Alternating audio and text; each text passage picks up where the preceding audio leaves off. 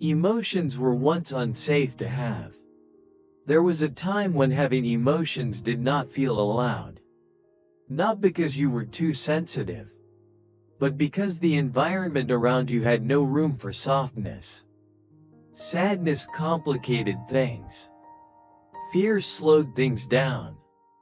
Anger created tension you couldn't afford. So you learned, quietly, to hold everything in.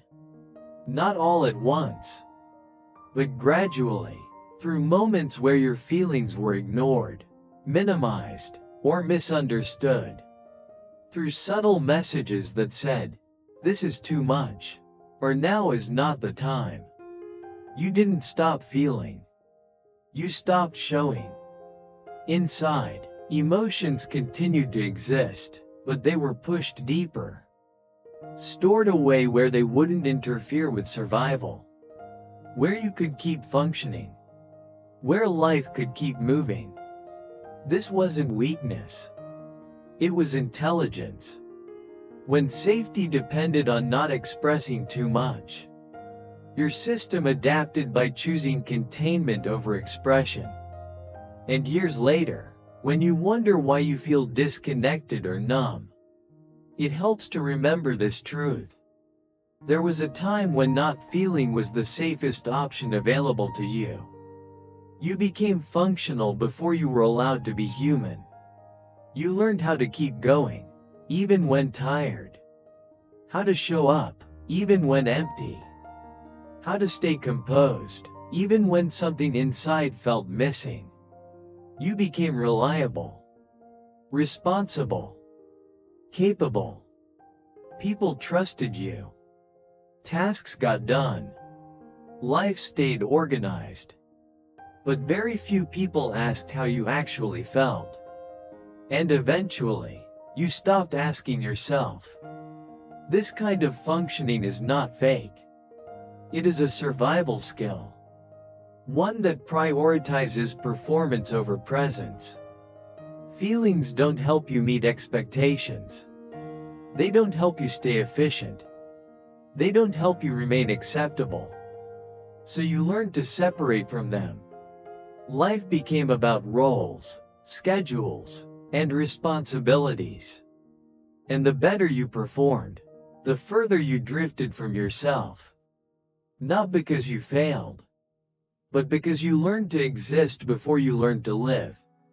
And one day, when everything on the outside appears fine, you notice an inner distance, not caused by loss, but by years of living without emotional permission. Your nervous system chose survival over connection. When emotional environments are unsafe, the nervous system adapts by choosing vigilance over openness, control over connection, endurance over feeling. This choice is not conscious. It is biological. Your body learned how to read situations quickly. When to stay quiet. When not to feel too much. And the better you became at this, the safer life felt. Fewer conflicts. Less exposure. Less emotional risk. But the cost was disconnection. In survival mode, the nervous system filters everything through one question. Is this safe? Not, what am I feeling? Connection, with others and with yourself, becomes secondary. Not because it isn't needed, but because it isn't prioritized. So even when danger is gone, the system remains alert. It continues protecting you. Long after protection is no longer required. You understand life intellectually, but feel disconnected emotionally. You analyze well. You understand patterns. You can explain why things happened the way they did. But when someone asks, "What are you feeling right now?" the answer is unclear, or distant, or simply blank. This does not mean you lack depth. It means your mind developed to compensate for emotional risk. Thinking became safer than feeling. Explaining became easier than experiencing. Logic provided structure. Emotion felt unpredictable. So you learned to live in your head. But understanding is not the same as connection. And insight does not replace presence. You may know you should feel okay, while still not feeling okay at all. This gap is not a failure. It is the result of relying on intellect when feeling was not safe. When feelings return, they arrive all at once. When you finally allow yourself to feel, emotions rarely arrive gently. They come layered, unorganized, overwhelming. Sadness touches anger. Fatigue blends with grief. Emptiness carries fear. This can make you believe something is wrong, that opening up was a mistake. But what's happening is simple. You were never taught how to feel gradually. Emotions stored for years don't know how to pace themselves. They only know that space has finally opened. This is not a sign to shut down again.